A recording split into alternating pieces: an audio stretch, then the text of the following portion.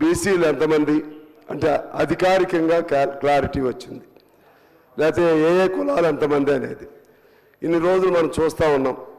BC వర్గాలన్నీ కూడా అసలు మా జనాభా ఎంత అది తేల్చండి. తేల్చినటువంటి మా జనాభా ప్రకారంగా మాకు రిజర్వేషన్లు కానీ ఇతర సౌకర్యాలు కానీ ఇవ్వండి అని డిమాండ్ చేస్తూ ఉన్నారు.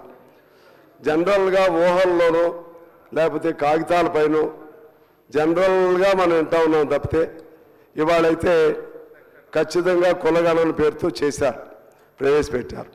అయితే దీనికి సంబంధించి అనేక అభ్యంతరాలు కూడా కనపడతా ఉన్నాయి. ముఖ్యంగా ఇది ఉండవలసినంత సమగ్రంగా లేదని, కొన్ని కుటుంబాలు మిస్ అయ్యాయని ప్రభుత్వం కూడా చెప్పింది. దాదాపు 3 లక్షల కుటుంబాలు మిస్ అయ్యాయని. దీన్ని ఎలా కవరప్ చేయాలో జాగ్రత్తగా ప్రభుత్వం ఆలోచన చేయాల్సిన అవసరం ఉందని నేను కోరుతా ఉన్నాను. ఎందువల్లంటే ఏ సర్వే కూడా ఇప్పుడు చాలామంది మాట్లాడుతూ చెప్పారు, మన స్కూల్స్లో ఉన్నటువంటి అటెండెన్స్ ఆధారంగా పిల్లలు ఎంతమంది, అలాగే ఆధార్ కార్డుల్లో ఎంతమంది, అలాగే సివిల్ సప్లైస్ సంబంధించినటువంటి పేర్లు ఎంతమంది, ఇలా వాటితో పోలిక చేస్తే ఇది ఎక్కువ తక్కువ ఇలా చెప్తూ వచ్చారు. నాకు తెలిసి మీరు సివిల్ సప్లైస్ సంబంధించినటువంటి సర్వే పెట్టి సెర్చ్ పెట్టినా సరే అదే విధమైనటువంటి విమర్శలు వస్తాయి. ఎందుకంటే ఇది సమగ్రంగా లేదంటారు, లేకపోతే ఆధార్ మీద పెట్టినా సరే సమగ్రంగా లేదనే అంటారు. అందువలన ఒకదానికొకటి పొంతన కొంతమేరకు తీసుకువచ్చేమో కానీ పూర్తి స్థాయిలో వాటిని బేస్ చేసుకుని ఇది సమగ్రంగా లేదు అనేటువంటి ఆ విమర్శలు పెట్టుకోవటం వలన ప్రయోజనం ఉండదనేది నా అభిప్రాయం. ముఖ్యంగా దీనివలన దాయటం వలన, సమాచారం దాచిపెట్టడం వలన ఎవరికి ఏం ఉపయోగం ఉంటుందో నాకు తెలియదు. సమాచారం దాచినట్లుగానో ఇంకో రకంగానో విమర్శలు చేసుకోవటం అనవసరం. ఈ మేరకైనా సమాచారం పెట్టారు. ఇంకా పూర్తి సమాచారం కావాలంటే మనకు చేతనైనటువంటి సూచనలు చేయాలని నేను భావిస్తూ ఉన్నాను. నా సూచన ప్రకారంగా ఇప్పుడు వచ్చినటువంటి ఈ నివేదికను ప్రతి గ్రామ సభలో లేకపోతే గ్రామ పంచాయతీల్లోనూ దాన్ని ఓపెన్గా పెట్టి, ఇంకా ఎవరైనా బీసీ పేర్లు అందులో నమోదు కాకపోయినా, ఆ విధంగా ఆయా కులాల పేర్లు నమోదు కాకపోయినా, ఆ విధంగా ఆయా పంచాయతీల దగ్గర గ్రామ సభల్లోనూ లేకపోతే పంచాయతీ బోర్డుల్లోనూ లేకపోతే వార్డులు, పట్టణాల్లో అయితే వార్డుకు సంబంధించినటువంటి అధికారుల దగ్గర మరలా రెక్టిఫై చేస్తే కొంతమేరకు బాగుంటుందనేది నా అభిప్రాయం. మరలా రీసర్వే చేయాలంటే అది ఎప్పటికీ అవ్వదు. అది మరలా దీన్ని ఏదో పద్ధతుల్లో ఈ చేసిన సర్వేను కూడా దాన్ని తప్పుదారి పట్టించే విధంగా అవుతుంది. కాబట్టి ఈ ఒకవేళ జరిగినటువంటి ఎంత పెద్ద ఎవరు చేసినా సరే, ఏ ప్రభుత్వం చేసినా ఇంత పెద్ద సర్వే చేసినప్పుడు కొన్ని అవకతవకలు జరుగుతాయి, లేకపోతే కొన్ని అందుబాటులో ఉండకపోవచ్చు.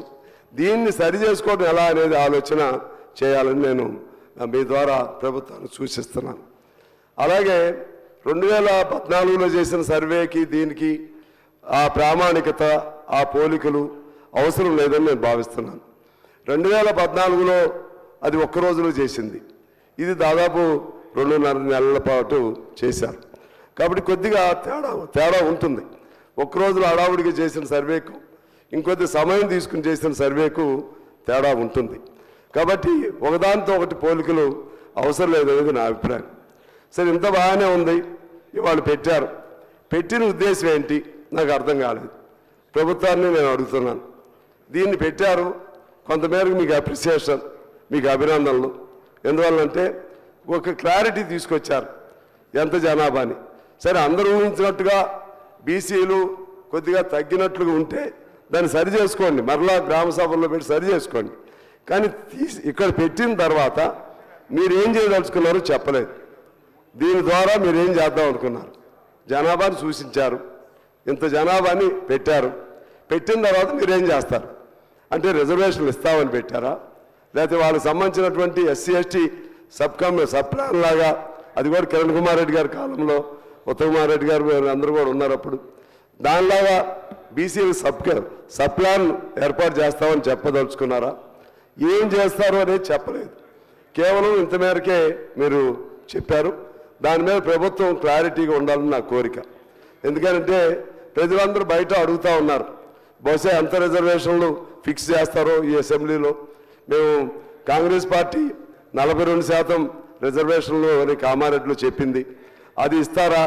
ఇంకా మా జనాభా మేమెంతో మాకంతా అనే నినాదం చేస్తూ ఉన్నారు.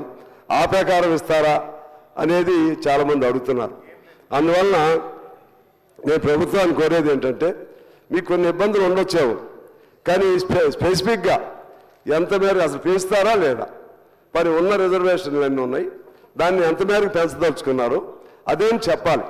ఇది ఈ వేదికని నేను అనుకుంటున్నా. లేదనుకుంటే మరోసారి ఓ సమావేశం పిలిచి దానిలో అయినా స్పష్టత ఇవ్వాలి. లేకపోతే కేవలం కాగితాలకే అది పరిమితం అయితే అది ఉపయోగం ఉండదు. ఎందువల్లంటే మనం ఈ రిజర్వేషన్ సంబంధించి వాస్తవంగా ముఖ్యంగా 1872, 1931 వరకు అప్పుడు మాత్రమే బ్రిటిష్ కాలంలో కులాల పరంగా సర్వే జరిగింది. తర్వాత 1953లో కాకా కాలేల్కర్ అధ్యక్షతలో మొదటి జాతీయ కమిషన్ ఒక సర్వే చేసింది. ఆ తర్వాత మండల్ కమిషన్ 1979లో చేసింది. అది విపి సింగ్ గారి కాలంలో అమల్లోకి వచ్చింది. ఈ మూడు తప్పితే నాకు తెలిసి దేశవ్యాప్తంగా జరిగే సర్వేలు లేవు. రాష్ట్రాల వారీగా కొంతమంది చేసుకున్నారు. మన రాష్ట్రంలో కూడా బీసీలకు సంబంధించి ఎన్టీ రామారావు గారు ఆనాడు అందరికంటే చొరవగా బీసీలు కానీ లేకపోతే మహిళలు కానీ పంచాయతీల్లో కానీ అందరికంటే చొరవగా అప్పుడు బహుశా 89 కంటే ముందే బహుశా అనుకుంటున్నాను రిజర్వేషన్ ఇవ్వటం జరిగింది. అందువల్ల నేను ప్రభుత్వాన్ని, ముఖ్యమంత్రి గారిని, మీ మంత్రివర్గ సహచరులందరూ కోరుతా ఉన్నాను, స్పష్టంగా ఎంత చేస్తారు, ఏమిస్తారు అది కూడా మీరు చెప్పాలని కోరుతున్నాను. అయితే మీకు ఒక ఇబ్బంది అయితే ఉంటుంది, రాష్ట్రానికి తేడా వస్తుంది. ఒక తమిళనాడులో 70% రిజర్వేషన్లు ఆల్రెడీ ఉన్నాయి, కానీ వాళ్ళ వరకు దాని తర్వాత సుప్రీంకోర్టు ఒక ఆర్డర్ ఇచ్చింది.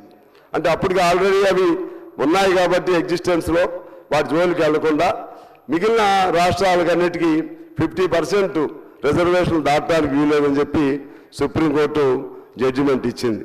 మరి ఆ జడ్జిమెంట్కి అనుగుణంగా మీరు చేయాల్సిన అవసరం ఉంటుంది. మరలా ఇక్కడ ప్రజలను సంతృప్తిపరచడం కోసం మేము ఇంత పెట్టామని కోర్టులు అంగీకరించలేదు అనకుండా ప్రాక్టికల్గానే ఆ జడ్జిమెంట్ పరిధి ఇది ఉంది, 50 లోపు ఉంది. ఆ 50 లోపు ప్రకారంగా మీకు కొంత పెంచుతున్నాం.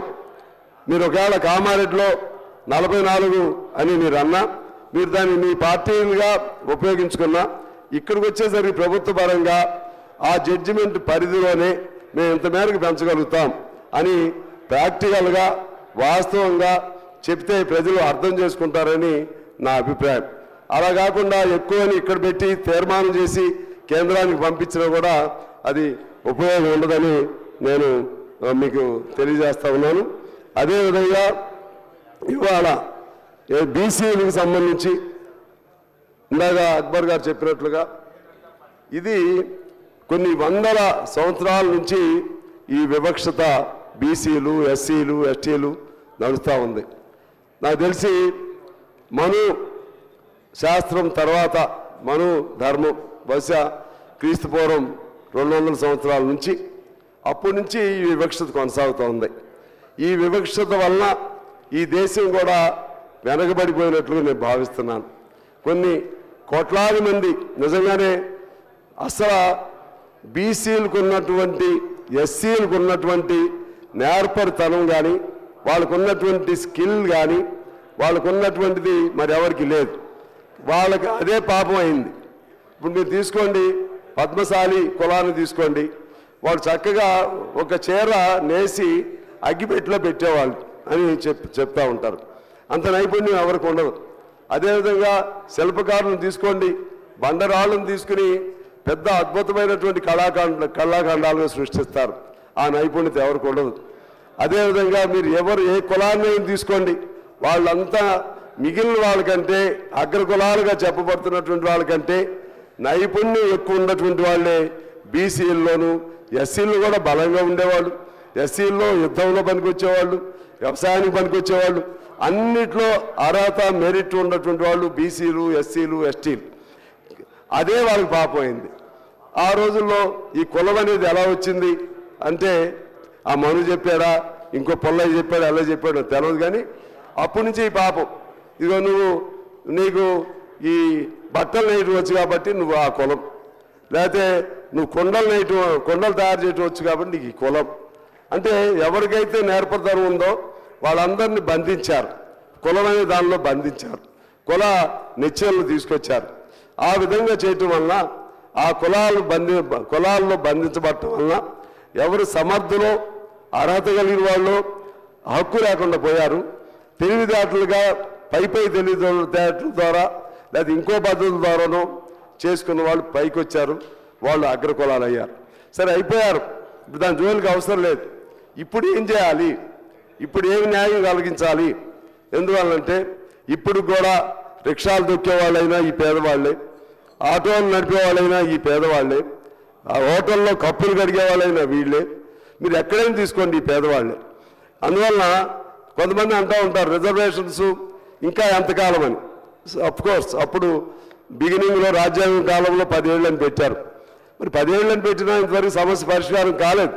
సమస్య పరిష్కారం కానప్పుడు సహజంగానే అది మరలా ఇది ఎక్స్టెన్షన్ అడుగుతూనే ఉంటారు. 10 ఏళ్లలో పేదరికం పోయిందా?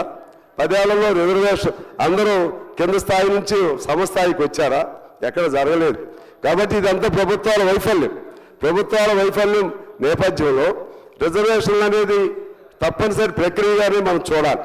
ఎందుకంటే ఒక గ్రామంలో ఒక చదువుకున్నవాడు ఉంటే అతని ప్రభావం చాలా ఉంటుంది. మనం చూస్తూ ఉన్నాం. ఒక అంబేద్కర్ ఈ జాతి మొత్తాన్ని ప్రభావితం చేయగలిగాడు.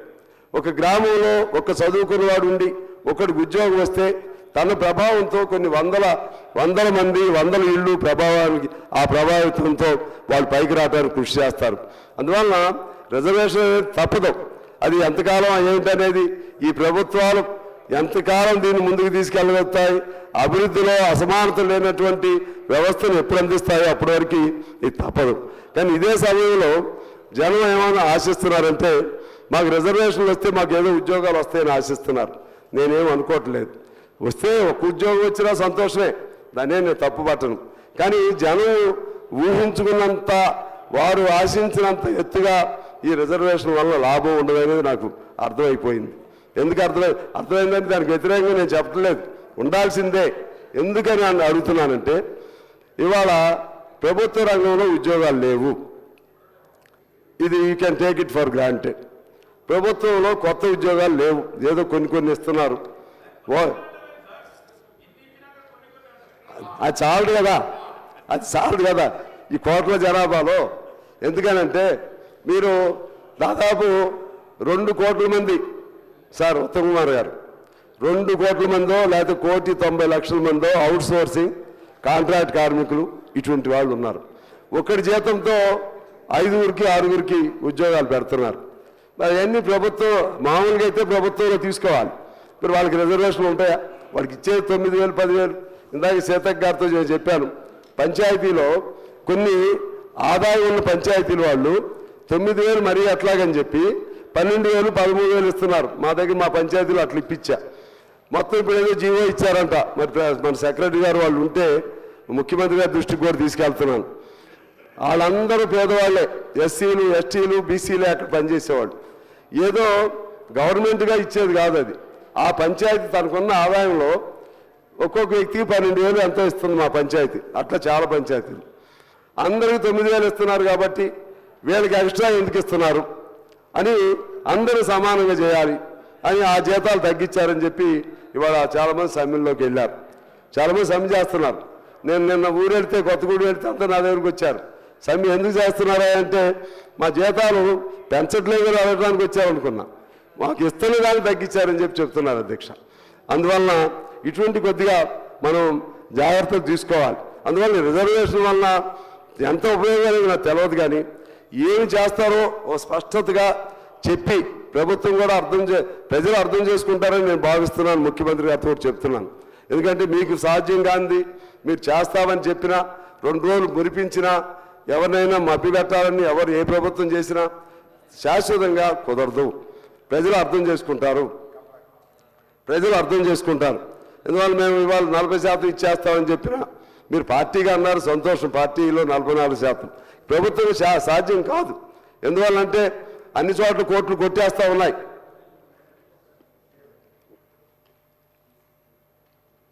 కాబట్టి ఒక క్లారిటీతో, ఒక స్పష్టంగా, ఒక పారదర్శకంగా, ట్రాన్స్పరెంట్గా ఇవాళ మంచి పని చేశారు. For that I appreciate this your government. ఎందుకంటే ఎవరు కూడా as per my knowledge is concerned until now in specially in Telugu speaking states never introduced any kind of cash census in the assembly. You have done that one. For that I appreciate you. ఎందుకంటే 2014లో కూడా at that time I was not a member of this house. 2014 అప్పుడు చేశారు ఒక రోజులో. అది పెట్టారో లేదో నాకు తెలియదు. మరి ఇక్కడ కనీసం అది పెట్టారో లేదో తెలియదు. పెట్టుంటే సంతోషమే. మరి ఎవరు పెట్టలేదు, మీరు పెట్టారు, చేశారు. With good intention you have done this much, but ultimate result what I want is what kind of intention you have in your mind in introducing the bill here, introducing the statement or report here. So you should have some idea, some whatever you want to do, some plan. Without having a plan, without having to do something like that, if you simply introducing this bill here doesn't serve the purpose, sir. అందుకని repeatedly I tell you ఎట్లా కొట్టా మీరు ఏం చేస్తారో అది ఇప్పుడు కాకపోతే ఇప్పుడు ఇమీడియట్ చేయలేకపోయినా ఏం చేయగలుగుతారో చెప్తే సంతోషమని నేను భావిస్తున్నాను. ఈ పిల్లల్ని ముఖ్యంగా